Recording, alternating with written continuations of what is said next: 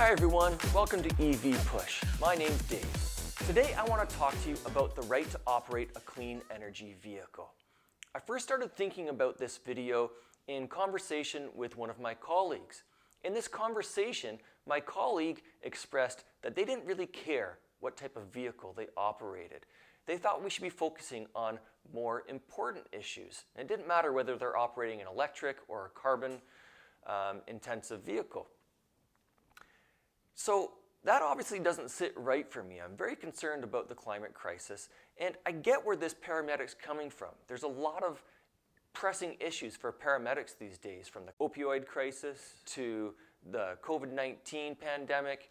There's a lot going on for paramedics, but that doesn't take away from the fact that there is a looming climate crisis, and it's going to have a devastating effect on all future generations all over the world. So it's very important that we deal with this issue. So personally, I've taken a lot of effort to reduce my carbon footprint in my life. I drive an electric car. When I can't drive my electric car to work because my wife needs it for something, I ride a bicycle to work. And even when we're recreating in the ocean near where we live, instead of using a boat that's equipped with an outboard engine, we have an electric motor and an elaborate battery system to use with that electric motor to reduce our carbon footprint. And I make these decisions in my life. Well, I started making these decisions in my life because I wanted to reduce my carbon footprint.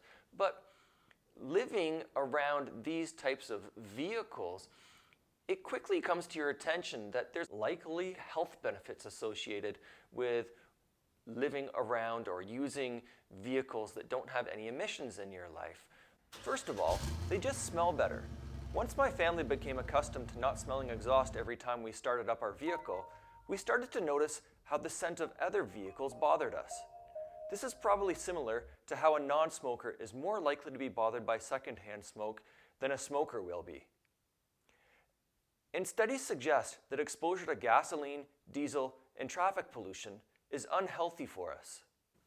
But unfortunately, for me, whether I had a right to operate a clean energy vehicle or not, there simply isn't an option at work. We don't have an option for an electric ambulance yet. They are working on one, but it's not out yet.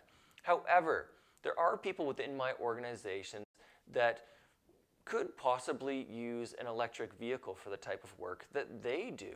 And what about outside my organization of emergency health services? Bus drivers, taxi drivers are just a couple of the other positions that could benefit from a right to operate a clean energy vehicle. And I don't think we have to go too far back in time to see a precedent for this type of decision being made in society. In 2008, in British Columbia, smoking in the workplace was banned. And it would seem obvious why they did this. They did this because the emissions from cigarette smoke is harmful to your health. Well, emissions from vehicles are also harmful to one's health. Now, put on top of this the fact that vehicles that create carbon emissions are also jeopardizing the well-being of future generations in our community and all over the world. So I think there's a lot of good reason there to have a right to operate a clean energy vehicle.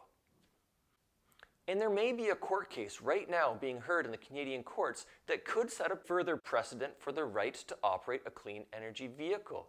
A group of youths are suing the Canadian government for their lack of action on climate change. They state that the lack of action on climate change put forth by the Canadian government has denied them their right to liberty, life, and equality. If this case is won by these young people, I would certainly think that a similar argument for a right to operate a clean energy vehicle could be made. So I hope I've given you some food for thought today on the right to operate a clean energy vehicle. Thanks for watching, and hope to see you next time.